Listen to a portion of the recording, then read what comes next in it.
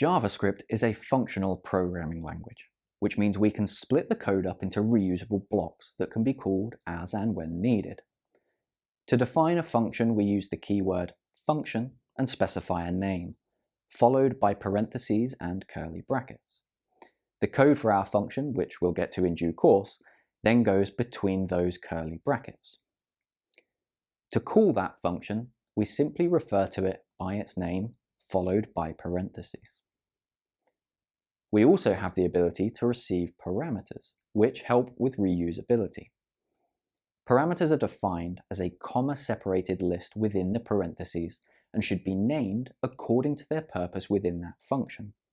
As an example, to create a simple function that calculates an order total based on a price and delivery charge, it would make sense to name the parameters price and delivery. To call a function with parameters, it's the same as before, passing the desired values within the parentheses. Now that we have a function, let's look at how we can store pieces of information in our code with the use of variables and constants. To create a variable in JavaScript, we use the keyword let, followed by the name. In this course, we're going to use a camel case naming convention for variables, which means the first letter is lowercase, and any subsequent words will have an initial uppercase letter. To assign a value to that variable, we use the equals sign followed by the value. Notice how we haven't specified a data type. In JavaScript, variables are loosely typed, which means the data type is determined implicitly based on the value assigned to it. They can also start life as a string, for example, and later change to a number or Boolean or any other data type, simply by assigning a new value. With a constant, however, once set, neither the data type nor the value can be changed. To create a constant, we use the keyword const, followed by the name and the value assignment. To clearly distinguish between variables and constants, we'll provide all constant names in uppercase. In browsers that don't support the more recent standards, there are no such thing as constants, and all variables are declared using the keyword var.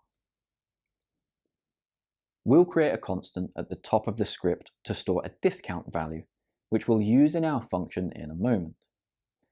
Then we'll create a variable within the function definition called total price and assign a value to it with a simple formula. The availability of a variable or constant will depend on where in the code it was created.